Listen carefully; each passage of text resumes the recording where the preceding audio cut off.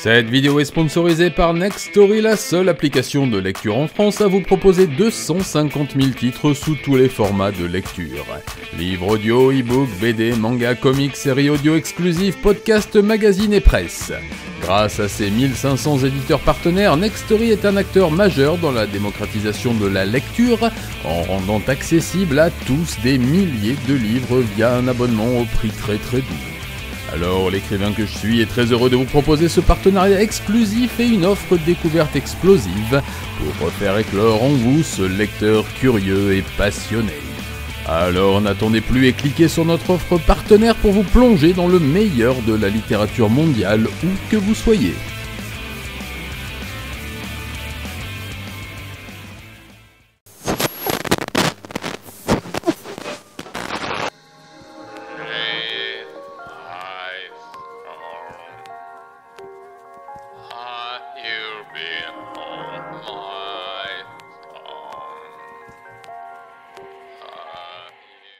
Ouais. Bonsoir Richard. Salut, ça y est, on est en live devant tout le monde. Ça y est, on est en live devant tout le monde. Salut à tous. Moi, je vois pas par contre les messages des gens.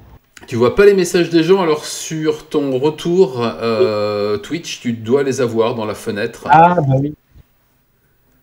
Parce que là, en fait, tu vas avoir juste ton retour Discord. Oui, alors ce soir, comme d'habitude, c'est les anciens découvrent la technologie. Vous allez voir, c'est... Non, mais c'est vrai que Twitch, c'est compliqué, ouais. C'est pas... C'est pas fastoche, et Discord, c'est pas fastoche non plus. Ah oui, il y a de la pub, évidemment. Oui, il y a de la pub, oui. Ah oui, oui, monsieur, il y a de la pub. Vous faites pas Il faut bien manger, oui, j'ai bien compris. T'as bien compris le principe. Moi, j'ai pas la chance d'avoir de la viande gratuite tous les dimanches. Hein. Ah, ça. Tu sais pas ce que tu rates, hein. Non, en fait, je dis ça, mais c'est faux, parce que je chasse pas et j'ai quand même de la viande gratuite, si tu veux. Ah, faut que tu nous expliques ça, quand même. Parce que j'ai des terres, figurez-vous, je suis un propriétaire terrien. Alors, monsieur a des terres. Monsieur a des terres et a droit de voilà vivre mort sur ses terres. Voilà qui est une information. Et il se trouve que les deux sociétés de chasse, alors je sais plus si ça s'appelle toujours comme ça, mais dans ma campagne on appelle ça les sociétés de chasse, chassent sur mes terres, voyez-vous, et m'amènent des cuisseaux, des côtelettes, enfin tout un tas de trucs. D'accord, oui, je vois. Voilà, pour te remercier en fait de les laisser chasser sur leur... Voilà, d'accord. Merci mon bon seigneur. Monsieur est bien bon. Il vous en prie. Voilà. Mais de par même pas une conversation, c'est le petit message que tu m'avais mis sur Twix il y a quelques semaines. Je me suis renseigné pour le permis de chasser et je pense que je vais attaquer ça l'année prochaine. Ah. Voilà qui est bien. Voilà. Et moi qui fais du tir sportif depuis des années, moi au moins je serai un bon tir. Là je commence à t'envoyer des pics. Tu vois. Ouais, non mais tu peux parce que c'est vrai que tout ce qui est tir à base d'armes qui font du bruit, je crois pas. En fait, si je suis pas mauvais avec une carabine. Puisque j'ai fait l'armée. Putain, qu'est-ce qu'on est des boomers. Ah t'as vu hein, mais tu vas reconnaître plein de... Oui, j'ai fait l'armée, donc j'ai brûlé quelques milliers de cartouches à l'armée, mais ouais, en plus, mais c'est vrai que tout ce qui est calibre 12 tir sur gibier mou, non, ça je l'ai pas. Sanglier courant, c'est spécial, hein, comme ouais, non, je l'ai pas, ça, je l'ai pas. Moi, je suis sans déconner, hein, par exemple, il y a un faisan qui décolle, je suis meilleur avec un arc qu'avec un fusil, je crois. Oui, d'accord, mais je t'ai entendu souvent parler de tes compétences à l'arc, qui m'épatent toujours, parce que moi, je suis une vraie bille, j'ai jamais réussi à mettre une flèche dans la cible. Je sais pas à cause de quoi, c'est dû. J'arrive à toucher. Le talent peut-être, tu sais, ça joue à pas grand-chose. Voilà, le truc qui me manque. Ah oui, c'est ça, c'est la différence. 40 000 abonnés, 72 000, c'est voilà. C'est con, non, on joue pas à ça. On va pas se la montrer ce soir, bon. Non, c'était une pique sur la. Ah, une sur pique, la partie. d'accord, comme pour les chasses à courre, c'est ça. Exactement. Très bien, la chasse à l'auroch. Il y a Misco qui pose des questions, on peut répondre quand même. Arc classique ou poulie? Eh ben les deux. Regarde. Si tu regardes derrière moi, tu vois les deux. Tu vois les deux. Tu vois mon arc à poulie, et puis tu vois un arc traditionnel. Voilà. Au-dessus de la croix de Camargue, tu as un arc à poulie, un Daemon Oat, et puis j'en ai d'autres qui sont accrochés un petit peu partout. Voilà. Ah mais c'est... Bah tiens, on va commencer. Alors, je t'ai présenté succinctement tout à l'heure. Je vais... Donc, Richard, bah, c'est une chaîne de 76 000 abonnés, mine de rien. Et comme je vous ai dit tout à l'heure, une des premières chaînes que j'ai suivies, que je suis assidûment. Vous savez pourquoi j'apprécie ces contenus, qui est visiblement présente depuis 2020, si je ne m'abuse, c'est ça? 2000, en fait, j'ai sorti ma chaîne au premier confinement. Ok, bah pareil, on a commencé en même temps, figure-toi. Ben, voilà, c'est ça. C'est qu'à un moment, il fallait faire quelque chose. On est des confinés, en fait. Voilà, exactement. Et donc voilà, ça fait plus de 3 ans maintenant. Et ouais, ça va faire 4, c'était janvier 2020, d'après ce que j'ai vu. T'as quand même sorti 197 vidéos en 3 ans. C'est pas mal du tout, et 11 millions de vues, chapeau. Chapeau bas. Merci monsieur, merci bien aimable. Et tu sévis également sur un blog Chasse Éternelle que je lis, que je trouve qui m'apprend énormément de choses. Là, on n'est pas du tout dans le domaine de la polémique ou du tirec, mais on est vraiment dans quelque chose de plus article de fond. Et j'adore retrouver ta patte aussi dedans. Et ça traite de sujets qui m'intéressent aussi. On va en parler tout au long de la soirée, mais tout ce qui traite justement de la ruralité, des problématiques de néo-ruralité notamment, qui ont tendance à me passer la rate au courbouillon, et qui sont... toi aussi, oui, moi aussi. Oui. Moi, je suis né, je suis un enfant de la ruralité, je suis un périgourdin de naissance, j'ai été élevé dans le Périgord vert, donc le dernier refuge des loups, Comte de Montignac, tout ça, tu vois. Alors, c'est pas du tout dans la même région, mais c'est pour la référence. Voilà. Et du coup, j'ai vu arriver les néo-ruraux dans les années 70 qui venaient demander conseil à mes parents qui étaient hippies, mais qui eux étaient issus de la terre, si tu veux, donc qui n'ont pas fait trop de conneries avec l'élevage, tout ça, ça se passait plutôt bien. Et puis je vois maintenant que je reviens en France, là je suis revenu en France depuis quelques mois, j'ai vu s'installer dans nos vertes campagnes du Périgord des vrais néo-ruraux qui ne cultivent pas la terre, mais qui s'expriment sur ceux qui la cultivent. Alors, je ne vais pas faire un appel à l'ancienneté, parce que ce serait mal à propos, mais qui arrachent les haies, par exemple, pour y mettre des belles choses qui sont, comment dire, de la permaculture, mais qui n'a pas forcément lieu d'être dans un endroit comme le Périgord, où naturellement tout pousse, et où une haie a son importance, parce que si elle a été placée là, c'est que les anciens avaient compris qu'en mettant des haies au bord des chemins, au bord des terrains, etc., ça pouvait prévenir de certaines choses, etc., en détournant des rivières, par exemple, pour amener de l'eau dans leur propriété, propriétés qu'ils ont souvent héritées, d'ailleurs, de parents ou de grands-parents qui étaient agriculteurs. Enfin voilà, il y a toute cette problématique de la néo-ruralité, qui sont des gens qui arrivent de la ville et qui se mettent depuis quelque temps en association, parce que c'est de la permaculture végane, plus pas d'élevage, des manifs récurrentes devant les élevages de la région, des manifs pour bloquer les voitures des chasseurs, etc. Et j'ai découvert cette problématique qui m'a d'autant plus renvoyé avec intérêt vers tes vidéos. Et c'est un sujet que tu abordes régulièrement avec l'ASPAS, avec Monsieur Clément, avec One Voice, avec le Parti Animaliste, avec Pierre Rigaud aussi.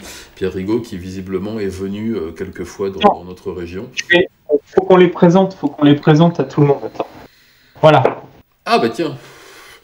Ah ben voilà, parfait, voilà. Je crois que c'est une dédicace. Ce sont mes amis. Donc voilà, on retrouve Chasse Éternelle, c'est mon média. Et puis voilà, One Voice, ça va, la Fondation Brigitte Bardot, l'ASPAS. Et puis donc Europe Écologie Les Verts, le Parti Animaliste. Et puis en dessous, vous allez retrouver donc Hugo Clément et Pierre Rigaud, qui sont nos... Tout ça, c'est globalement, c'est ce qu'on dit dans la grande distribution, c'est les 20-80. C'est-à-dire, c'est les 20% d'animalistes anti-chasse qui représentent 80% de mon travail. Donc, voilà. Je voulais leur rendre hommage, puisque c'est quand même eux qui payent les traites de la maison. Donc, big up à tous. Merci. Mais c'est vrai que bravo. Non, en plus encadré sur un châssis, j'avoue que je me suis pas foutu de leur gueule quand même. J'apprécie le beau geste. Et c'est vrai que j'avoue me régaler à chaque fois que tu sors une vidéo sur les champions anti-chasse du mois, par exemple, dont ces individus font très souvent partie. N'étant pas un fan du clash pour rien, au moins je viens sur tes vidéos champions anti-chasse pour des clashs pas pour rien, et qui ne sont pas des clashs, parce que tu n'es pas un clasher, c'est ça que j'aime, parce que je déteste ces invectives pour rien. Moi je pars uniquement avec des arguments, voilà. je clash pas les gens pour les gens. Par contre, je remarque que ta casquette, elle est pas super woke.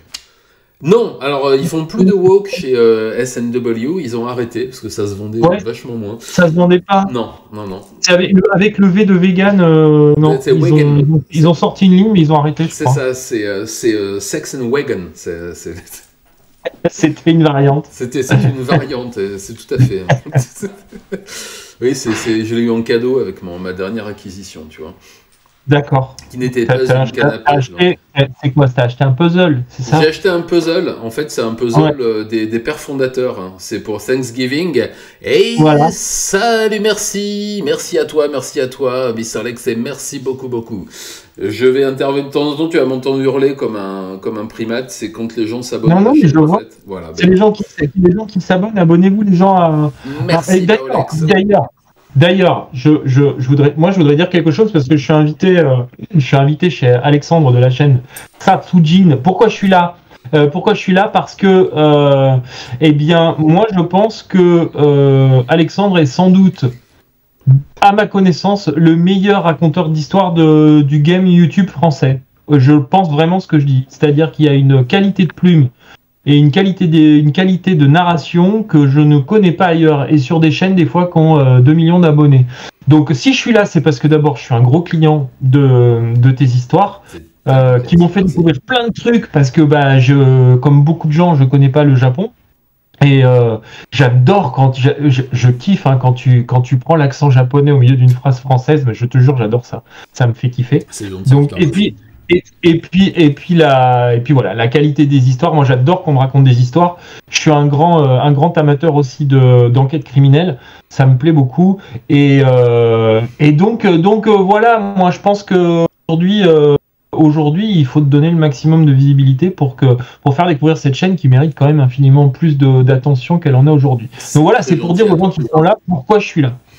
C'est très gentil. Et c'est pas une solidarité de barbu comme je vais le lire dans pas longtemps dans le. C'est gentil à toi. J'écoute, c'est vraiment adorable.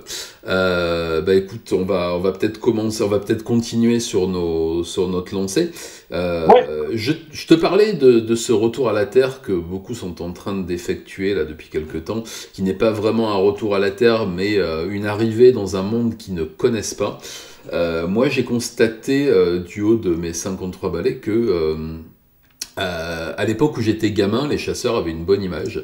Moi, j'allais à la chasse avec mon grand-oncle. Alors, j'avais 8 ans et j'avais un fusil, mais bon, c'était une autre époque. On allait chasser avec le chien, avec les braques. Hein. Il avait un joli braque tout gris qui était adorable. Ouais. Et on allait chasser. Après, j'allais aussi avec un copain à moi au collège qui allait chasser avec son père. Et le fait d'aller chasser faisait partie intégrante de la vie à la campagne ou dans les petites villes.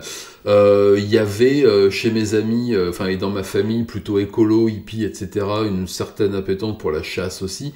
Donc à l'arc, comme toi, mais c'était peut-être aussi les débuts du retour à cette forme de chasse. Je connais pas tellement l'histoire de la chasse à l'arc contemporaine, mais enfin c'est ce que je pouvais sentir. La pose de collets aussi, qui faisait... Moi j'en ai posé tout le temps, quand j'étais petit on mettait des collets partout, on allait les relever et on attrapait des trucs, et salut et merci à toi.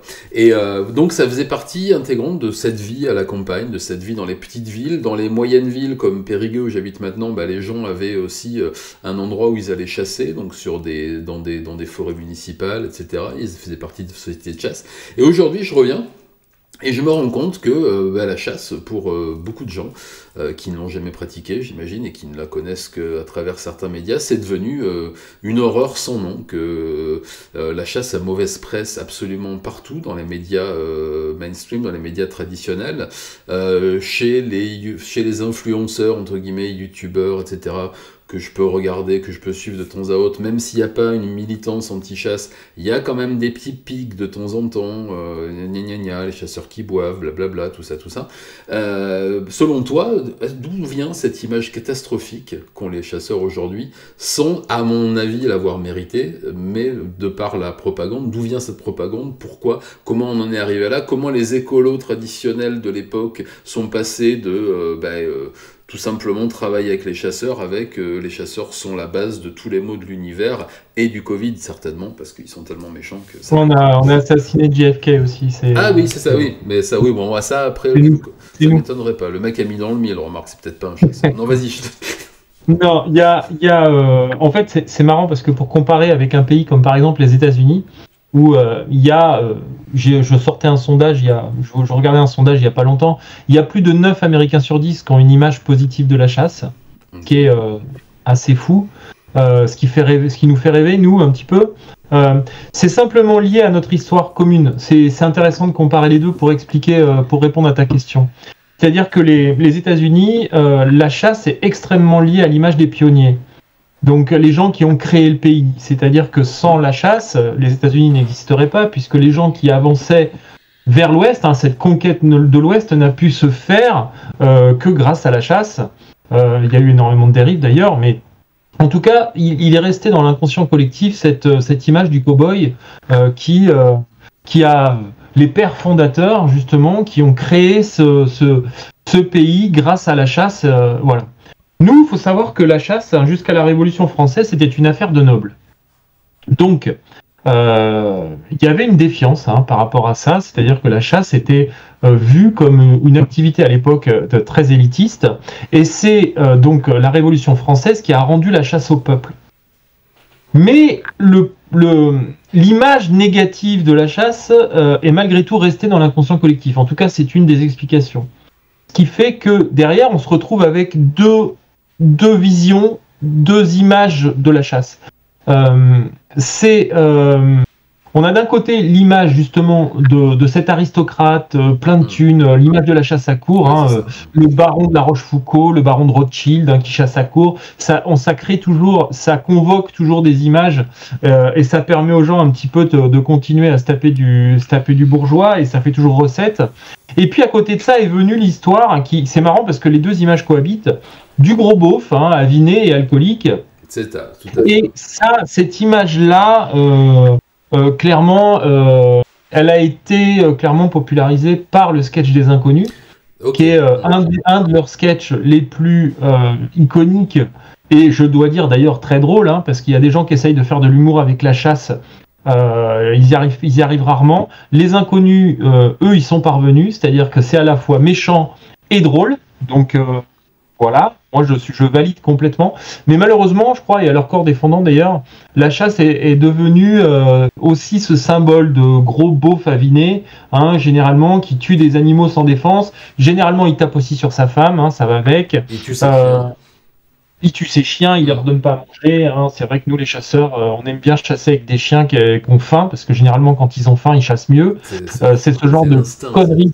C'est le genre de conneries qu'on peut entendre. Donc voilà, il y a ces deux images qui cohabitent, mais c'est vrai que plus le temps passe et plus il y a l'image du gros beauf qui prend le pas sur celle de l'aristocrate, et c'est clairement entretenu par nos adversaires idéologiques, que sont tous ceux qu'on a cités tout à l'heure et qui veulent l'abolition de la chasse. Donc c'est vraiment entretenu, et puis aussi par une presse un peu paresseuse qui s'amuse des clichés et qui cherche pas, qui cherche pas bien longtemps, bien loin les sources et le reste. Oui, alors ça, c'est quelque chose que je vois assez régulièrement. Moi, je me posais aussi comme réflexion, comme base de réflexion là-dessus. Alors, je vais peut-être un peu trop loin. Tu me le dis tout de suite si tu penses que je suis en plein délire. Le fait aussi que les sociétés occidentales et industrielles s'éloignent année après année, décennie après décennie de la mort, tout simplement. Ça, c'est un sujet central, clairement. La mort fait plus du tout partie de notre quotidien. Moi, je le répète à qui veut l'entendre, mais c'est la réalité. Quand j'étais enfant, je tuais des lapins avec ma grand-mère, on tuait des poulets, j'aidais à gaver les oies, ensuite on faisait le foie gras. J'ai tué mon premier mouton pour un méchoui, c'était pour ma communion, j'avais 11 ans, donc je l'ai mis sur l'échelle et tout. J'avais aucun problème, je pouvais aimer j'aimais les animaux de la ferme de mes parents, qui étaient producteurs. On tuait des chevreaux pour la viande, pour l'auberge. Ils avaient une ferme auberge avec un camping à la ferme et tout, donc ils produisaient 100% de ce qu'on consommait. Et on avait cette proximité avec la mort pour la consommation de la viande, comme on peut l'avoir à la chasse, tout simplement. Pardon de te couper, mais on avait une proximité avec la mort tout court. C'est-à-dire qu'avant, les gens mouraient dans leur lit. il y avait les gens avaient apprivoisé la notion de mort. Aujourd'hui, la mort n'existe plus, pour ainsi dire, dans nos sociétés. Tout est balancé dans les zones industrielles, à la fois les abattoirs, à la fois tout est aseptisé, les vieux meurent plus chez eux, mais dans des hôpitaux. Donc c'est vrai qu'on est coupé complètement de cette notion qui est, voilà, c'est une espèce d'illusion d'éternité dans laquelle ces gens veulent vivre, et les chasseurs représentent aujourd'hui la part sans doute la plus visible de cette mort qui existe, c'est-à-dire que nous on donne la mort en conscience, mais à l'heure où on est tous en train de chercher des moyens de se nourrir et de le plus écologiquement possible, on est voilà, la chasse, c'est les animaux sauvages dans leur milieu naturel. C'est quelque chose qui m'étonne toujours autant. Non, ils sont parfaits tes cheveux, parfait. Alors là, je t'envie. J'ai toujours rêvé d'avoir des petites bouclettes comme ça. C'est vrai ? Ah ouais, c'est mignon comme ça. C'est ça, on dirait un petit mouton sauvage, tu sais, de ceux qu'il faut protéger. Ah, ça, on l'avait pas dit, un petit mouton sauvage. Ouais, fais attention, si on commence sur les vannes, Alexandre, ça risque de partir en cacahuète quand même. Ah non, alors moi je suis inattaquable. Alors là, j'ai aucun signe distinctif. Ouais, c'est ça le truc. Il n'y a aucun signe distinctif. Aucun. Moi, personne me voit dans la rue. C'est ça. Alors là, j'adore ça. J'ai l'impression d'être un lampadaire des fois. Les chiens me font pipi dessus en plus. T'as un petit côté ZZ Top franchouillard, moi, qui me plaît beaucoup. Ah, franchouillard, ça j'aime bien, par contre. Ouais. Ah oui. Tu vois ce que je veux dire? Ouais, je vois tout à fait. Lagrange, ZZ Top, tout ça, mais avec un bon verre de pif, tu vois. Ah ouais, ça, mais alors pas ce soir, parce que je me suis dit, je vais pas me... Il faut savoir que... Non, on va éviter les clichés ce soir. Hein. Ouais, on va éviter les clichés ce soir, ce serait... Ouais. Et malheureusement, je n'ai pas le compte en banque de Dusty Hill, puisse-t-il reposer en paix, puisqu'il est mort, hein, comme tout le monde le sait. Qui c'est ça? Dusty Hill, c'était le bassiste de ZZ Top qui est mort il y a 2 ans. Ah. C'est celui avec lequel j'avais le plus d'affinité capillaire et faciale. Enfin, faciale, dans le sens. Oula, me faites pas dire des choses. Nous ne nous lançons pas là-dedans. Bienvenue au club. Oui. Nous, on t'accepte avec ta différence, Alexandre. Oui, je sais, mais vous êtes comme ça, les chasseurs. Vous acceptez les différences. Et ça, j'avoue que vous tirez mon chapeau tyrolien, bien entendu, puisque vous êtes tous... Bien entendu. Voilà.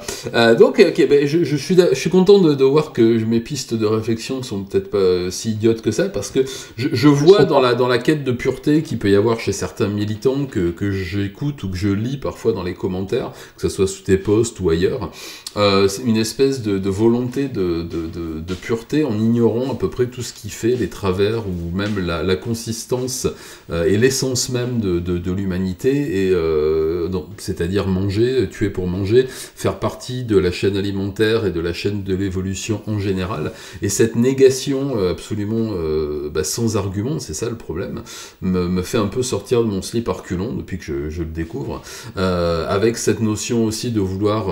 j'en parle souvent avec des contemporains proches qui sont véganes et qui achètent des trucs imbouffables qui viennent du bout du monde et fabriqués par des petits-enfants à qui on coupe des doigts pour faire des knackis pour les ignobles personnages comme nous qui mangeons de la viande. Et j'ai du mal à comprendre justement pourquoi tous les écologistes et tous les adeptes du manger mieux sont pas pro-chasse ou même chasseurs eux-mêmes. C'est un mouvement qui existe aux États-Unis, c'est-à-dire qu'on a le mouvement vegan est en train de changer. Il y a une branche du véganisme qui est en train d'évoluer justement vers la chasse, parce que en fait les gens ont compris que le problème n'était pas à la base la chasse en soi, mais la surconsommation de merde, en fait, pour aller vite. Ouais, c'est-à-dire qu'ils se sont rendus compte qu'un retour à la nature, c'est-à-dire qu'ils se retrouvaient à vouloir évoluer en autarcie, et ils se rendent compte, et d'ailleurs j'en ai fait une vidéo il n'y a pas très longtemps, où Hugo Clément lui-même avoue dans la vidéo que la manière la plus éthique aujourd'hui de consommer de la viande, si on veut en consommer, c'est la chasse d'un animal sauvage dans son milieu naturel. Évidemment, d'un animal sauvage qui n'est pas en danger, hein, bien entendu, sinon ça n'a pas de sens.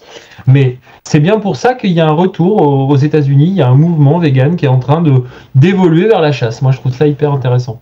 Ouais, moi je connaissais pas du tout ce mouvement, mais en tout cas oui, je trouve ça plus qu'intéressant, je trouve ça même normal.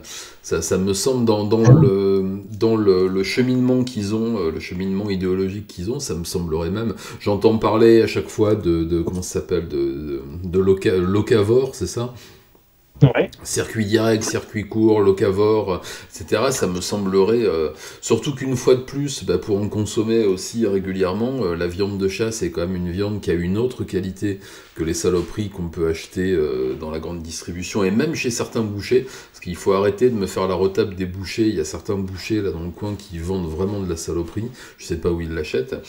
Par exemple, il y a une chose que j'arrive pas à comprendre, c'est pourquoi on n'arrive pas à trouver en France, alors au Japon on en trouve partout, pourquoi on ne trouve pas de viande de chasse aux étals des bouchers dans les supermarchés? On ne trouve pas dans les étals de supermarché. Alors, je ne t'entends plus. Rapproche-toi un petit peu du micro, s'il te plaît. Tu m'entends plus là? Ça y est, c'est bon? C'est bon là.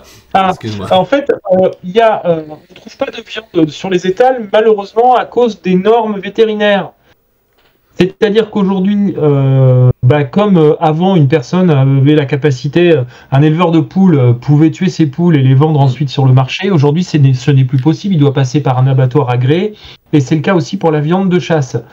C'est-à-dire que on se retrouve dans une situation absolument débile, et je pèse mes mots, où on a à peu près 2 millions de sangliers, par exemple, en France aujourd'hui, que ça pose un vrai problème.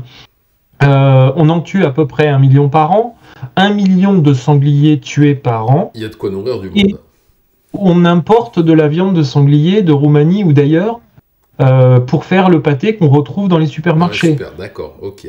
C'est absolument débilissime.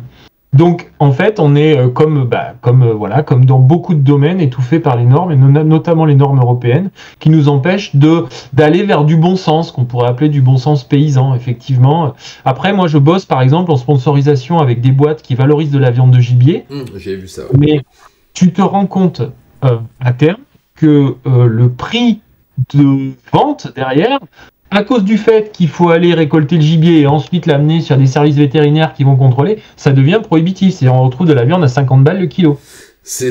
Oui, voilà, c'est quelque chose d'assez aberrant, j'ai remarqué aussi. C'est complètement idiot, parce que moi, par exemple, des fois, je tue un sanglier de 80 kilos, ça doit représenter quelque chose comme 50 kilos de viande. Donc, j'ai un congélateur, mais qui n'est pas extensible, j'en fais profiter les gens autour de moi, mais il devrait y avoir un système de collecte et qui permettrait justement de revaloriser cette viande ensuite pour la proposer aux personnes. Parce que quand on veut manger de la viande éthique, aujourd'hui, on parle d'élevage plein air, on parle de donner de l'extérieur aux animaux.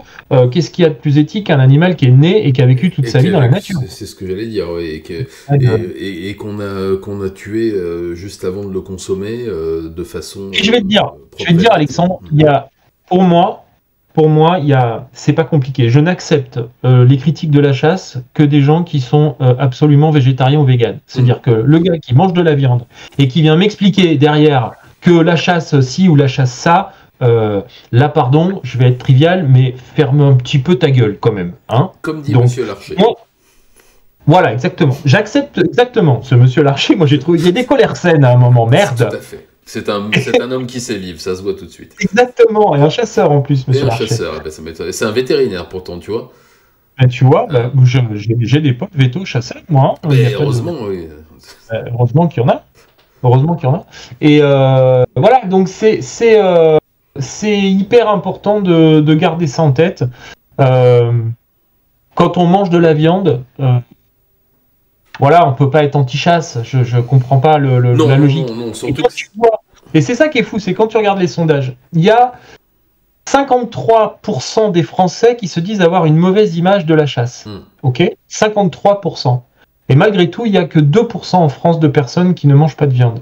Donc tu vois, il y a quand même un gros décalage quand même. Oui, c'est ce qu'on disait tout à l'heure, il y a l'image que véhiculent les médias en général et certains médias en particulier. Je pense particulièrement aux réseaux sociaux et aux nouveaux médias comme là où on est ce soir, Twitch ou YouTube, etc., où on trouve à part ta chaîne et quelques autres, mais qui sont peut-être moins diffusés, principalement du contenu anti-chasse, ou en tout cas qui va dans le sens du les chasseurs sont des gros méchants et ils tuent la maman de Bambi. Je vois ça plus souvent que du contenu rationnel. Une fois de plus, je le disais, on en parlait cet après-midi, mais je le répétais tout à l'heure, je suis quelqu'un qui aime beaucoup les contenus sceptiques, zététiques et compagnie, et pour moi, une des plus grandes tâches qu'il peut y avoir dans la carrière de la Tronchambier, que j'apprécie pourtant, c'est leur live sur la chasse.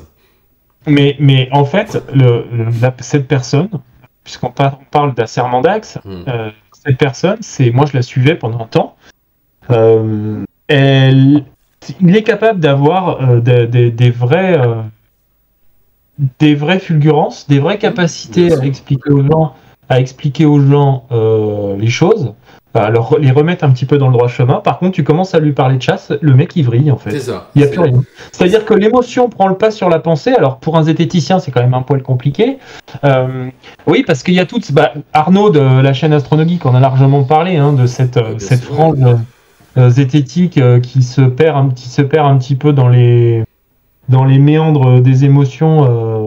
Et tout le reste, mais du coup c'est un sujet, c'est vrai, c'est un sujet qui crée des passions et les gens ils ont du mal à réfléchir normalement, correctement, parce que voilà, comme tu disais, on tue la maman de Bambi, quoi. Et malgré tout, quand tu regardes bien, je te dis, moi, quand je ne considère pas faire quelque chose de mal, quand je vais aller tuer ce week-end peut-être un sanglier, le ramener, le préparer, le faire manger à ma famille, en donner à mes voisins qui attendent ça de pied ferme, on s'échange, en échange ils me donnent des carottes, de leur jardin, des trucs, enfin je veux dire, tu vois, on vit normalement, on vit simplement.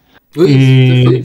Et c'est d'autant plus, tu viens de dire tout à l'heure là que tu n'acceptais pas des critiques de gens qui mangent de la viande. Et je sais que dans le duo Vlad et vegan, mais Thomas mange de la viande a priori. Enfin, il est pas végétarien. Et le fait d'accepter d'aller acheter de la viande quelque part, mais de ne pas accepter celui qui a tué la viande qu'il allait manger. Parce que s'il accepte qu'on abatte un animal dans un abattoir, le geste est le même que celui d'un chasseur, sauf que ça se fait dans des conditions souvent pas terribles, contrairement à la chasse. Voilà. Et une fois de plus, j'ai jamais rencontré, que ce soit à l'époque chez les vieux chasseurs ruraux des années 70 ou ceux que je connais maintenant, de gens qui aimaient faire souffrir pour le plaisir. Ça n'existe pas. Évidemment pas. Moi, je suis un chasseur. Je suis pas. Mon objectif, c'est la prédation. Donc, on est les seuls prédateurs sur Terre à avoir le souci de la souffrance de sa proie. Enfin, tu regardes un petit peu comment des hyènes peuvent mettre à mort un gnou. Tu regardes comment des loups peuvent dévorer vivant un jeune bison parce que voilà. Enfin, nous, on est des prédateurs comme les autres. Seulement, nous, on a une conscience, une éthique qui fait qu'on met tout en œuvre pour que ce moment dure le moins longtemps possible et qu'il y ait le moins de souffrance pour la bête. Mais voilà, effectivement, parce que quand on parle de souffrance des animaux qui sont élevés en batterie, je veux dire, la souffrance, elle n'est pas que dans la mise à mort, elle est aussi dans quotidien, bien sûr. Dans les conditions de vie. Je parle évidemment pas des élevages extensifs ou des éleveurs qui font un formidable travail. Mais après, il y a des usines à bouffe qui font qui globalement font du nuggets pour McDo. Oui, c'est ça, voilà. C'est ça. Oui, comment ça s'appelle, des fermes-usines. Alors, on n'en a pas trop dans la région, mais c'est vrai qu'ici, on est plutôt sur une petite agriculture. La Dordogne, c'est pas un pays de grand territoire, de grande culture, on va dire. Je veux dire, de culture agricole. On est très cultivé quand même. Mais je vois la plupart des fermes qui sont dans mon coin, ils ont 3 vaches, 2 cochons. C'est de l'autosuffisance avec une petite revente pour survivre, on va dire. Donc, on est vraiment dans un coin qu'on n'a pas vraiment de problématiques un peu comme dans les Landes ou partout dans le Gers. Bon, dans le sud-ouest en général, on n'est pas encore tellement assailli par toutes ces saloperies-là. Mais il y a, je pense, dans les jeunes, dans la nouvelle génération, je vois dans le village où vit ma mère, il y a la plupart des gamins, quand on fait les repas de voisins, les fêtes de village et tout ça, ne touchent pas aux terrines qui ont été faites par les membres de la société de chasse, etc., et mangent des saloperies. Voilà, parce que, je sais pas d'où vient cette espèce de encore une fois, peut-être le rapport à la mort, à la ruralité, aux choses qui sont pas très belles, la même chose que pourquoi on n'achète pas les légumes moches dans les supermarchés, ça doit être ça. Ça doit être ça. C'est toutes ces choses-là, effectivement. Et toi, avec l'œil que tu as aujourd'hui, avec le recul, du haut de tes 71 ans, comment tu vois l'évolution de la chasse dans les années qui viennent? Est-ce que, à ton avis, ça va tomber dans les limbes de l'infamie? Ou est-ce qu'il peut y avoir un sursaut? Est-ce qu'il peut y avoir peut-être un engouement? Quelqu'un qui lance une mode, un chanteur de pop qui se met à la chasse et hop, toutes les filles de 14 ans se mettent à la chasse? Je sais pas, comment tu vois l'embrouille? Je suis optimiste, raisonnablement optimiste, on va dire, parce que je pense que le monde dans lequel on vit, on va rentrer dans des considérations qui sont un peu... c'est ma manière de concevoir le monde, mais le monde fini dans lequel on vit aujourd'hui, avec les problématiques climatiques qu'on peut expérimenter, les problématiques énergétiques aussi, le monde va changer vite, je le pense. C'est un petit peu, je suis quelqu'un que j'aime beaucoup, qui s'appelle Jean Covici, qui nous prévient depuis des années sur ce qui va sans doute nous arriver sur le coin du nez, et à l'intérieur de ça, c'est des équilibres qui ont été créés par l'homme, créer justement des surpopulations d'animaux dont on va se nourrir dans l'avenir, notamment le sanglier, qui est une problématique réellement mondiale. Et je pense moi, qu'il va y avoir une sorte de retour de fait à une sorte de pragmatisme, parce qu'à un moment donné, on va dire les choses. Le véganisme, c'est une histoire de petits blancs privilégiés, quand même. Ah oui, bien sûr, et privilégiés, c'est le cas de dire. Moi, les personnes dont je te parle tout à l'heure sont toutes des personnes qui ont des parents derrière qui peuvent tenir. Voilà, c'est quelque chose qui concerne pas les gens normaux, quoi. Je veux dire. Non, après, ils ont l'image qu'ils s'en font, ils se font un petit peu percuter par les médias, tout ça. Mais globalement, c'est quelque chose qui, à mon avis, cette espèce de mouvement un petit peu ridicule, pardonne-moi l'expression, à mon avis, va se foutre le camp avec notre abondance énergétique et notre abondance de notre mode de vie comme il est aujourd'hui. Donc je pense que on va vivre une sorte de renouveau des valeurs terriennes. Oui, j'espère. Moi aussi, j'espère. C'est un espoir que tout le monde a eu dans les années 70, jusqu'à ce que les années 80 viennent tout foutre en l'air. Là, j'espère que les années 2030 vont pas tout foutre en l'air non plus. Moi, j'ai tendance à faire confiance à l'être humain et dans son sens de la survie, son instinct de survie, qui aujourd'hui est passé à l'ère technologique. Donc, je pense qu'on va s'en tirer grâce à la technologie. Ça n'empêche pas qu'il faille faire attention.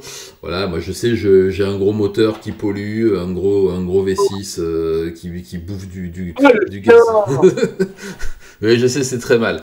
Mais en même temps, les voitures électriques, c'est pas des vraies voitures. Alors, je peux pas conduire des trucs qui sont pas des vraies voitures. Et là, je rêve de m'acheter un Dodge Ram pour faire le malin dans les forêts, dans le coin. Donc, tu vois, je suis pas un exemple. Tu me parleras de ton malus au niveau de l'achat du Dodge Ram, et puis aussi du passage à la pompe aussi, qui peut être intéressant, parce que ça c'est des gros V8, ça doit consommer du V8 qui font un joli bruit, mais qui c'est ça. Voilà. Donc tu vois, Dodge Ram. Alors pour le délire, tu vois, mais je suis allé au Québec il y a pas très longtemps, là, ils ont tous ça, je sais pas comment ils font. Aux États-Unis aussi, c'est une des voitures que tu croises le plus avec le Ford Ranger et tout ça, t'en trouves absolument partout. Après, ça a son utilité dans des grandes étendues comme ça, où tout le monde est plus ou moins bricoleur, chasseur, un peu entrepreneur. Bon, c'est un pick-up, tu charges plein de trucs. La cabine est assez longue. Et on est d'accord, à Bergerac, Alexandre, à Bergerac, un C15, ça fait l'affaire. Mais on t'en trouve partout en plus. Bah voilà, partout. Le C15 c'est sponsorisé par le 24. Et voilà. Le C15, tu peux faire des tonneaux, tu vois, quand tu rentres pas d'un repas de chasse, par exemple le samedi soir, tu peux faire des tonneaux, tu retombes toujours sur tes roues, tu vois. Voilà, bah évidemment, le C15 c'est le 4x4 de nos campagnes. Ah ça, le C15. Eh oui frérot, t'as tout à fait le truc, c'est une philosophie. Oui, c'est une philosophie qu'on n'a pas ici. Alors j'en vois quand même de plus en plus, hein, parce que les gars qui viennent chasser chez nous là-bas le week-end, ils ont de plus en plus de gros pick-up un peu à l'américaine, ou de gros 4x4 aménagés, notamment avec je sais pas si on appelle ça un chenil ou une cage, pour mettre les chiens derrière. Et ils sont quand même redoutablement équipés. Bah tiens, ça c'est aussi un truc sur lequel j'aurais bien aimé qu'on discute un peu, c'est l'évolution de la chasse en 100 ans à peu près, la transition entre le 20e et le 21e siècle. Ouais. Est-ce que toi, qui chasses à l'arc, donc il y a peut-être un aspect un peu différent, tu vois, de quelle façon tu vois l'évolution du matériel? Justement, moi je vois les gars, ils sont équipés, mais comme des commandos, comme des SEALs. Ils ont alors ils sont obligés de se mettre en orange, mais je pense que s'ils pouvaient se mettre en noir ou en camo, ils se moucheraient pas quand même, les gars. Avec des armes d'une puissance militaire incomparable, des GPS. Voilà. C'est intéressant parce que la puissance des armes, c'est faut globalement se rendre compte que la chasse à l'ancienne, globalement, c'était le chasseur de lapins. Hein, au XXe siècle, la base de la chasse française, c'était le lapin. Et le lapin, on le chassait avec un calibre 12, hein, le calibre 12 du grand-père, voire le calibre 16, voilà, ou le 16 du grand-père. On y mettait des cartouches, et voilà, tout, voilà. Après, il y a eu la transition qu'il y a eu, c'est depuis une trentaine d'années, une petite trentaine d'années, comme partout dans le monde, il y a eu une explosion du nombre de grands gibiers. C'est-à-dire les grands ongulés qu'on va retrouver, c'est-à-dire les sangliers, les chevreuils et les cerfs. Ils ont explosé pour X raisons. D'abord l'explosion de l'agriculture intensive, qui donnait le gîte et le couvert, et ensuite le réchauffement climatique qui fait que les hivers d'antan, on les a plus. Et il se trouvait qu'avant, il y avait énormément de mortalité des jeunes pendant la période hivernale, qu'aujourd'hui, il y a beaucoup moins parce que les hivers sont beaucoup plus doux. Donc tout ça participe. Et puis aussi, le phénomène de tous les fruits forestiers, hein, tout ce qui est, d'ailleurs on dit en termes synégétiques, une année c'est une bonne glandée, hein, une année d'une bonne glandée. Avec les glands pour avec beaucoup de glands. Okay. Et si l'année est une bonne glandée, généralement, si tu veux, la reproduction du sanglier est d'autant plus importante. Et voilà, le réchauffement climatique crée ça. Donc en fait, il y a eu un basculement entre ce chasseur qui était très rural à l'époque, hein, c'est les gens chassaient autour de chez eux, et aujourd'hui les chasseurs, il y a beaucoup de chasseurs qui chassent aujourd'hui le sanglier, et le sanglier ça se chasse pas comme un lapin, et donc il faut une arme un poil plus puissante. Donc tu as deux sortes d'armes, je t'apprends pas ça à toi, hein, c'est pas à toi que je l'explique, c'est plus aux gens qui nous regardent. Vas-y. T'as le calibre 12, donc on va dire le fusil de chasse habituel qu'on appelle un canon lisse, dans lequel on met des cartouches, on peut mettre du plomb ou des balles, et puis après tu as ce qu'on appelle les armes à canon rayées, qui elles sont ce qu'on appelle vulgairement des carabines, et dont les calibres sont soit issus des calibres de guerre, tout à fait, soit l'inverse, hein, ça peut être des calibres de chasse qui sont passés calibres de guerre. De toute façon, dans tous les cas, tuer un sanglier de 100 kg, c'est la même chose que tuer un homme de 100 kg. Hein, il faut la même puissance de feu, voire plus, puisqu'un sanglier c'est quand même beaucoup plus costaud qu'un humain.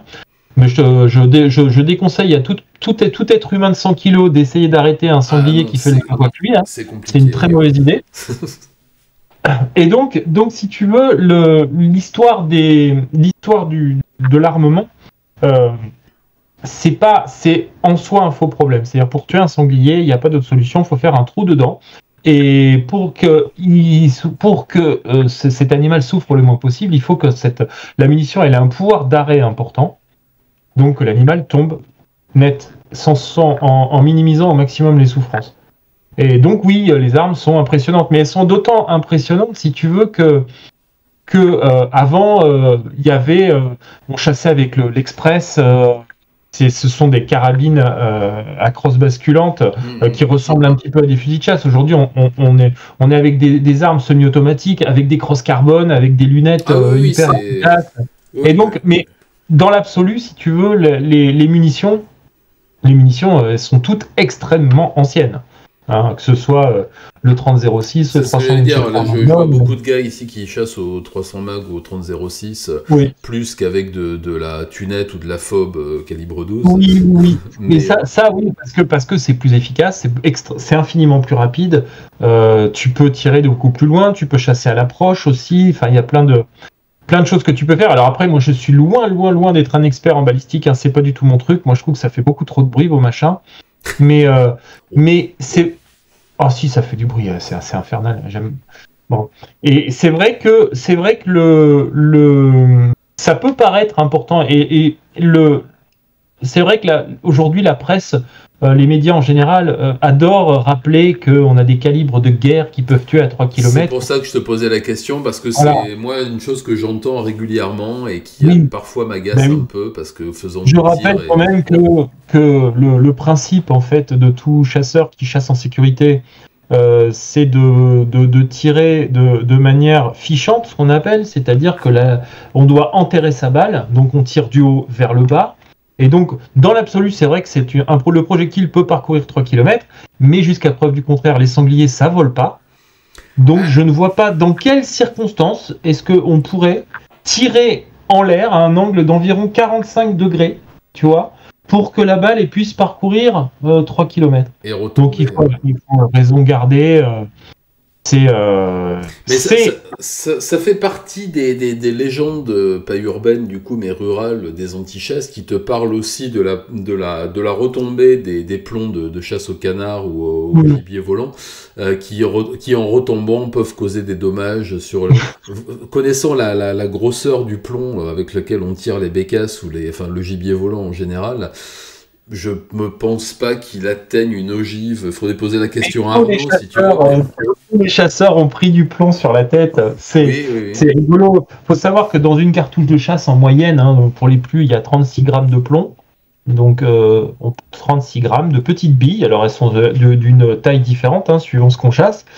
Mais quand on tire en l'air, effectivement, et que ça redescend, ben en fait, ça peut surprendre hein, quand on n'est pas habitué, mais c'est absolument totalement inoffensif. Donc rassurez-vous, il n'y a pas de danger là-dessus.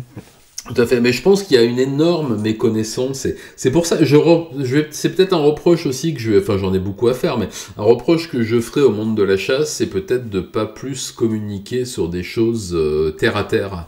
Notamment cette problématique qui n'en est pas une de l'armement, cette problématique des déchets, parce que je vois qu'il y a les milliards de cartouches tirées dont tu avais parlé, les centaines de milliards de cartouches tirées avec les centaines de milliards de tonnes de plomb, on rentre même plus dans les étangs, c'est que du plomb, les étangs, c'est fini.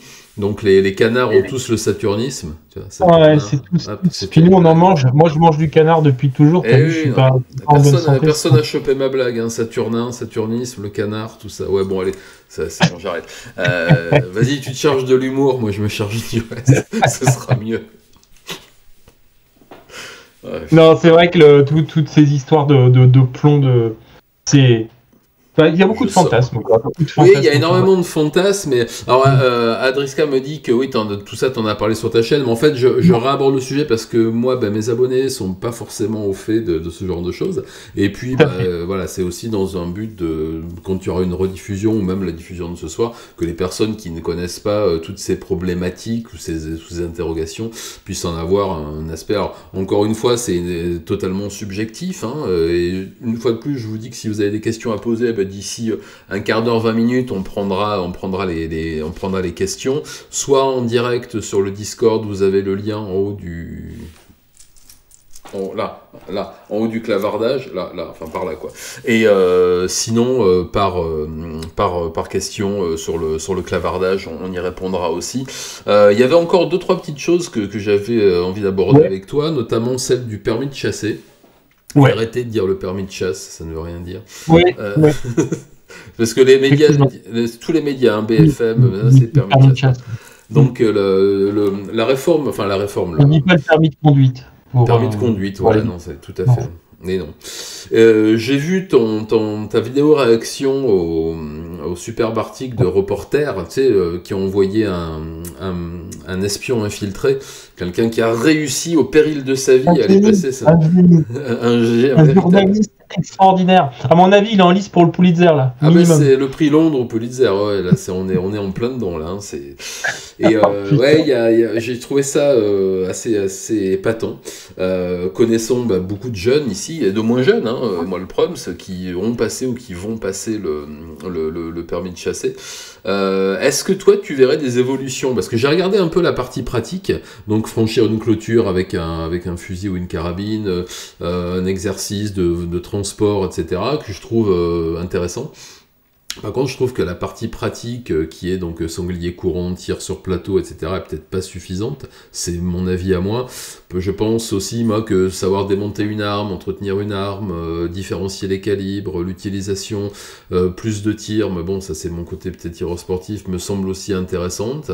Par contre, j'ai trouvé toute la partie théorique, donc sur les espèces, la sauvegarde, le nichage, etc., extrêmement intéressante, mais peut-être pas suffisamment poussée sur certains aspects des saisons, etc. Toi, comment t'as vu l'évolution du permis de chasser? Déjà, tu l'as passé il y a combien de temps, le tien? Et puis, est-ce que tu verrais des évolutions ou pas apportées à ça? Moi, je l'ai passé il y a 20 ans. Donc, non. Putain, j'aimerais bien. Je l'ai passé il y a 30 ans. Voilà, ça c'est fait. Je vais y aller, moi. Hein. Ah ouais, t'avais mon âge, quoi. Voilà, c'est ça, exactement. Je l'ai passé. Je l'ai passé il y a 27 ans, quelque chose comme ça. J'avais à peine 20 ans. Et en fait, pour répondre à ta question, oui, il me semble que le permis de chasser devrait être réformé. Et il se trouve qu'il y a un travail formidable qui a été fait par un sénateur qui s'appelle Patrick Chaize. Qui a donc fait des propositions pour réformer le permis de chasser. Pour moi, des propositions qui vont clairement dans le bon sens. Il y a effectivement, on pourrait aller plus loin. Aujourd'hui, le permis de chasser s'occupe juste de savoir si vous êtes dangereux ou pas. Okay. Donc en fait, on se rend compte, est-ce que vous savez manier une arme? Est-ce que vous êtes dangereux avec? Est-ce que vous savez la décharger, la recharger, la démonter, la remonter? Est-ce que si on vous envoie un plateau rouge, vous êtes capable de ne pas monter le fusil à l'épaule et versus un plateau blanc où vous avez le droit de monter le fusil à l'épaule, tout ça. On vérifie, savoir si vous n'êtes pas dangereux. Mais effectivement, je pense que le permis pourrait être un peu plus compliqué, un peu plus exigeant. Après, il faut comprendre une chose, c'est que la chasse en France, contrairement à d'autres pays, comme la Suisse par exemple, ou l'Allemagne, c'est une activité qui est extrêmement populaire. C'est une activité de nos campagnes, Alors, encore une fois, il y a d'énormes disparités entre les régions françaises sur ce que ça coûte de chasser, mais voilà, globalement, l'historique de la chasse, c'est que c'est une activité infiniment populaire.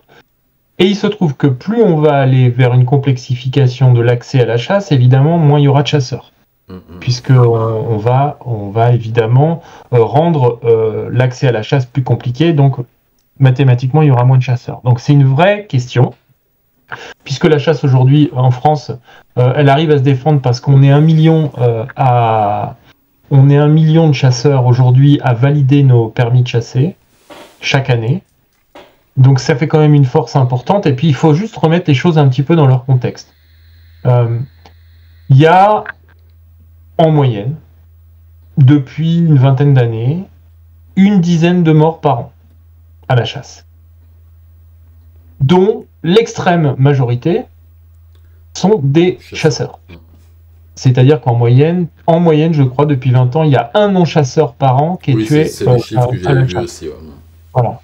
En sachant que l'année dernière, il y a eu 0 non-chasseur, et en sachant que cette année, on est toujours à 0 non-chasseur aussi. Donc, je crois qu'on est à 2 auto-accidents depuis l'ouverture. Okay. Et c'est des auto-accidents. C'est des gens qui se sont tirés dessus par accident. Donc, on va vers une prise de conscience et on va vers quelque chose qui ressemble, si tu veux, à l'aléa de la vie. C'est-à-dire, tu sors de chez toi, tu peux te prendre un camion dans le nez. Tu vois, il y a un moment, on peut pas. Si on commence à psychoter un peu pour tout et n'importe quoi, on sort plus de chez soi. Donc, a priori, il y a pas. Les statistiques nous montrent qu'il n'y a pas de danger aujourd'hui à se promener dans la nature. Donc, il faut pas non plus devenir hystérique avec l'histoire de la sécurité. Les adversaires de la chasse aujourd'hui ont très bien compris quel était le levier émotionnel de ce truc-là. Et donc, évidemment, dès qu'il se passe le moindre truc, ça monte en épingle les faits divers pour toucher le maximum de personnes. Oui, mais malgré tout, des dramatiques assez impressionnantes. Moi, je pense que je me rappelle de cette femme avec son enfant qui était accroupie, qui entendait « Ils sont là, ils sont là, ils sont... Ah là là, ils sont sortis !» Mais qu'est-ce qui se passe? Tu dois avoir un papy à 80 mètres qui était en train de taper des grives ou des pigeons. Mais en fait, tout ça, c'est ça qui est fou, en fait. Et là où ils ont fait un tour de force, les anti-chasses, c'est quand même miraculeux. C'est-à-dire qu'ils ont instrumentalisé la peur à la chasse, alors, en créant une vraie psychose, puisque de toutes les statistiques de sécurité, la seule chose qui monte, c'est le sentiment d'insécurité. Oui, c'est ça, oui. Tout le reste descend. Bien sûr. C'est-à-dire que la chasse est de plus en plus sûre, de plus en plus sûre. C'est-à-dire qu'il faut quand même dire un truc, un chiffre à la con. L'année dernière, en France, il y a eu 0 mort non-chasseur. Par contre, il y a 2 personnes qui ont été tuées par des cyclistes. Oui, c'est ce que j'allais dire. Oui, c'est ce que tu vois le truc. Eh oui. Quelqu'un qui dirait aujourd'hui il faut interdire le cyclisme, on le prendrait pour un fou. On le prendrait pour un fou. Ah, mais bien entendu, oui, mais ça, donc, en fait, totalement... Aujourd'hui, on est en train de vouloir faire interdire la chasse d'un sport. C'est pas un sport, ça peut l'être, mais d'une activité qui est infiniment peu dangereuse. Je veux dire, encore une fois, on est aux alentours des aléas de la vie, quoi. Je veux dire, il y a des histoires, il y a des balles folles, des fois, qui font des trucs impossibles, mais parce qu'on tire des dizaines de millions de cartouches par an, faut pas l'oublier. Des centaines de milliards. Oui, 2 milliards, pardon. On est 1 million de chasseurs, donc déjà, si on considère qu'en moyenne, chaque chasseur tire 10 cartouches dans l'année, ça fait déjà 10 millions de coups de feu. Oui, voilà, oui. Tu vois. Donc oui, non, mais on est même en dessous des aléas de la vie, parce que quand tu regardes les chiffres des accidents domestiques, ne serait-ce que les chiffres des accidents domestiques, on est moins en sécurité chez soi que dans une forêt où il y a une battue. On est clairement sur une instrumentalisation de la peur, et c'est là où ils ont fait un tour de force. C'est réellement qu'ils ont quand même réussi à la fois créer un sentiment d'insécurité. Ensuite, chaque année, de faire un sondage pour mesurer leur propagande. Oui, c'est ça. Donc, regardez, les gens ont de plus en plus peur dans la forêt, donc abolition de la chasse. C'est surréaliste. C'est ça, mais on retrouve la même problématique aussi en matière de criminalité. Moi, c'est mon cœur de cible, on va dire, et mon cœur d'étude, c'est la criminalité. Et elle est extrêmement différente dans le ressenti au Japon et en France. Au Japon, on est dans un pays qui connaît une explosion de la criminalité. On est sur des plus 100, 200, 300% de certains types de criminalité. Et les gens n'ont pas de sentiment d'insécurité. Au contraire, on est toujours sur les acquis de la société sécurisée. Alors qu'en France, on est sur une baisse globale de la criminalité violente, c'est-à-dire des meurtres, mais on a une augmentation du sentiment d'insécurité, et c'est très compliqué d'en parler parce que certains médias ont fait un tel boulot que moi, dès que j'en parle dans un vlog, dans une vidéo, je me fais traiter de gauchiste, de vendu, de tout ce que tu veux. T'as qu'à sortir dans la rue, tu verras si t'as pas... Oui, non mais... Alors, sortir dans la rue, ça s'appelle du ressenti. C'est systématiquement le même problème de la propagande, et puis on tombe après dans le populisme. C'est-à-dire que c'est marrant, mais tu retrouves exactement les mêmes méthodes qui sont employées par les anti-chasses et les anti-machins que les véganes et compagnie, que tu vas retrouver dans les gouvernements populistes et dictatoriaux. C'est ça, oui, mais complètement. C'est complètement le narratif, et malheureusement, après, la réalité, elle est complètement dissoute dans la propagande. Et c'est pour ça que ma chaîne existe. Alors moi, j'ai un niveau, évidemment, je suis pas dans des sujets sociétaux qui sont gigantesques, mais ça rejoint clairement, oui, cette problématique, je suis bien d'accord. Et justement, on va en venir à ça aussi, parce que je voulais qu'on en discute un petit peu par rapport à la problématique de l'insécurité, de la ruralité, de tout ce que des orientations de discours des uns et des autres. Il y en a un qui se fait entendre depuis quelques années, que j'apprécie énormément, monsieur du Nord-Pas-de-Calais, du Pas-de-Calais même, monsieur Willy Schren, que tu connais. Et je viens d'apprendre qu'il avait monté un parti, l'Alliance Rurale, et qu'il présentait 81 candidats, dont lui, aux élections européennes de juin 2024. Donc président de la Fédération nationale des chasseurs.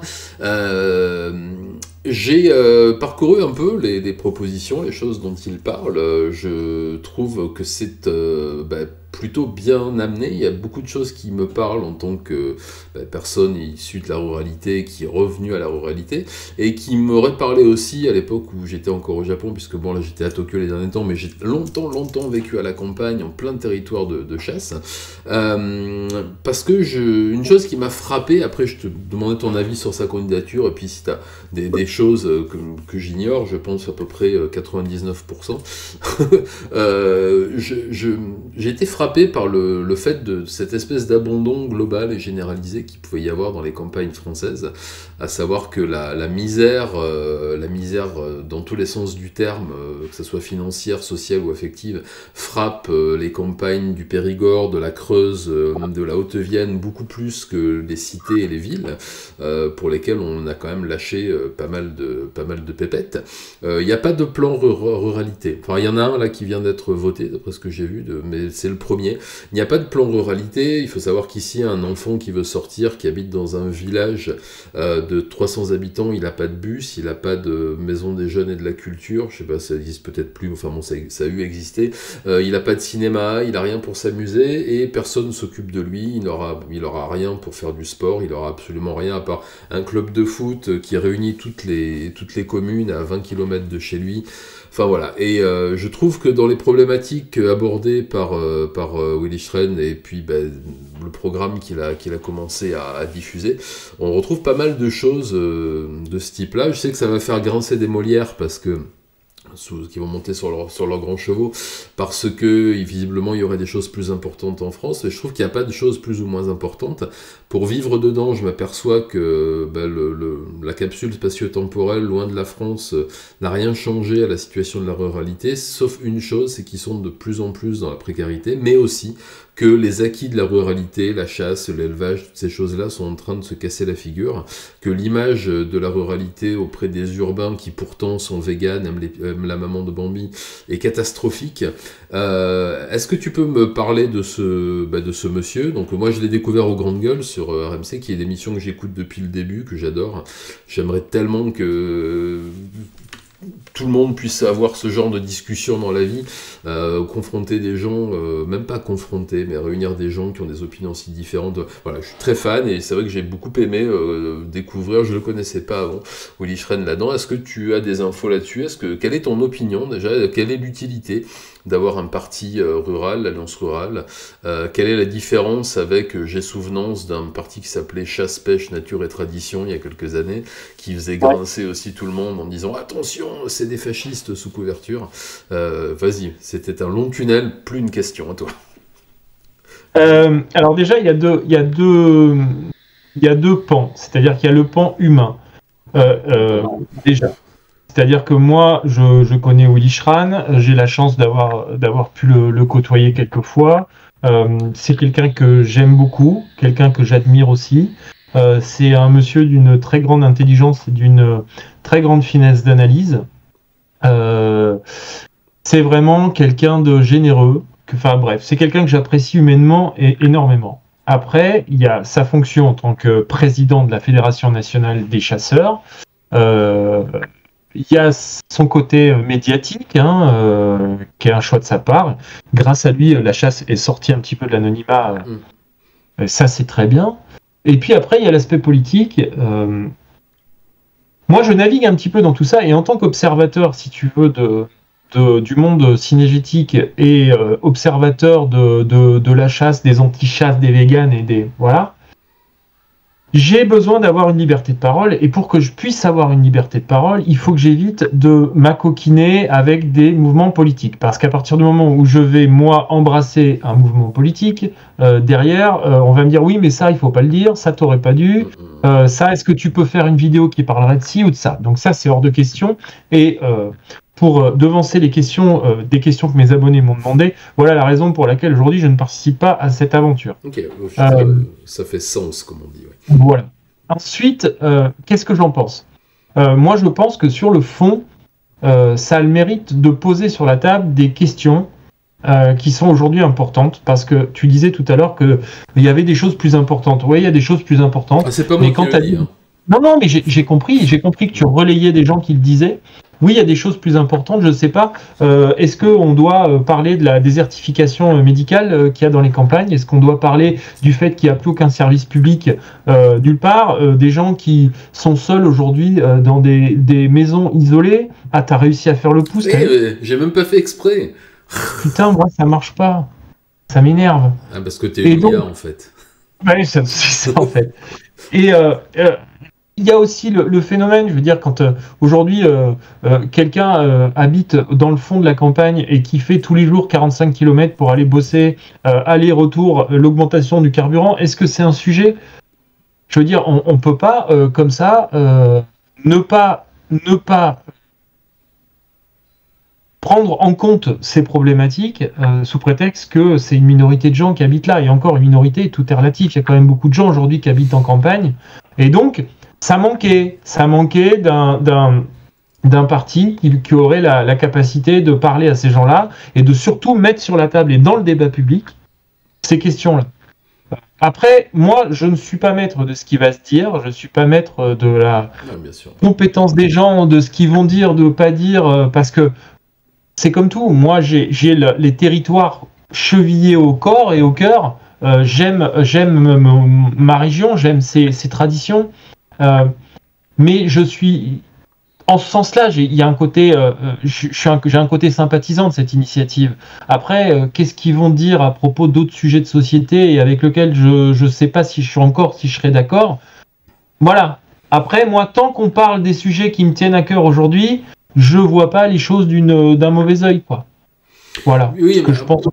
Ce qui serait formidable, c'est qu'ils ne s'avancent pas sur des sujets de société qui ne concernent pas la ruralité, et que s'ils arrivaient à avoir des élus, ce dont je ne doute pas, ils puissent justement se faire les porte-parole de la ruralité dans les assemblées. Même au niveau de l'Europe, là c'est pour les élections européennes, je pense que le Parlement européen aurait bien besoin aussi d'avoir des retours de terrain de ce qui se fait dans les campagnes des différents pays. Moi je suis pas un Européen convaincu, hein, pas du tout, hein, mais en tout cas, c'est sur cet aspect-là que je trouvais que c'était intéressant d'avoir quelqu'un qui se fasse un peu la voix. C'est à chaque fois, à chaque élection, moi je les ai quasiment toutes vécues ces 20 dernières années de l'étranger, mais je recevais quand même la propagande des partis, des différents partis, et je voyais bien que la ruralité était totalement abandonnée, sauf par un parti qui va grincer des molaires aussi en voyant la candidature mais bon, qu'on ne nommera pas, qui était le seul à en parler, et ce qui explique certainement le succès qu'ils ont pu avoir en milieu rural de plus en plus, puisque c'était surtout ces problématiques-là, liées aussi souvent à la chasse, à l'élevage, à toutes ces choses-là. C'est ça, en fait, c'est qu'il y a une sorte d'amalgame aujourd'hui dans l'esprit des gens entre, pour aller vite, l'extrême droite et la ruralité, simplement parce que les seuls, oui, disons les choses, hein, les seuls qui sont en capacité, les seuls aujourd'hui qui parlent aux gens ruraux, c'est malheureusement l'extrême droite. C'est ce que tu disais. C'est que si aujourd'hui on ne peut, alors moi voilà, chacun vote comme il veut, hein, c'est pas la question. C'est juste de dire que plus on aura de partis, de mouvements politiques qui prendront en main cette question-là, et plus je pense qu'on sera le mieux traité dans nos campagnes. Voilà, c'est tout, hein. C'est aussi simple que ça. Il n'y a aucune représentation. Moi, il y a eu quelques changements de bord là dans les cantons et dans les campagnes du coin, avec des élus. Tiens, j'ai quelqu'un qui me parle dans le casque. Qu'est-ce que c'est? C'est pas moi. Tiens. Bon, c'est rien, t'inquiète pas, on va gérer ça. C'est moi qui ai des bruits parasites dans les oreilles, des fois. Ouais. Tu captes la Jackie qui est du passé avec sa 4L. Ça doit être ça. Remarque, j'en ai découvert une. C'est dommage que je sois ruiné à cause de YouTube, parce que là, je vois des enquêtes. Ah ben, YouTube m'a tué, hein. ER à la fin. Et je l'écrirai sur la porte de ma maison avec mon sang. Ah non, dis pas de conneries. Voilà, non, il faut un peu détendre l'atmosphère. Je trouve qu'on est un peu trop sérieux depuis tout à l'heure. C'est vrai qu'on est sérieux là. Ah, cette chaîne part en vélo là, tu vois. Ça devient n'importe quoi. T'habites dans le nord de la Fistinière. Putain, oh là là. Je viens de voir la rediff du ça va. Non, tu voulais que détendre l'atmosphère. Sûr que là, si ton cerveau a lu Fistinière, je pense qu'il faut aller au dodo. Non, mais c'est de ma faute, je me mea culpa. Mea culpa. En marquant mon âge, quand le mea culpa, c'est tout à fait normal. Oui. Putain, je sens que ça peut partir à n'importe quel moment. Et je ne bois que de l'eau et du thé au maïs. Mais personne n'en doute. Il y a peut-être de l'ergot de seigle dans mon thé au maïs, c'est fort possible. Mais c'est tellement bobo ça. Le thé au maïs, pas du tout. On appelle ça du koncha au Japon. On en boit tout le temps et c'est un truc qui vaut pas cher. Et c'est très très bon.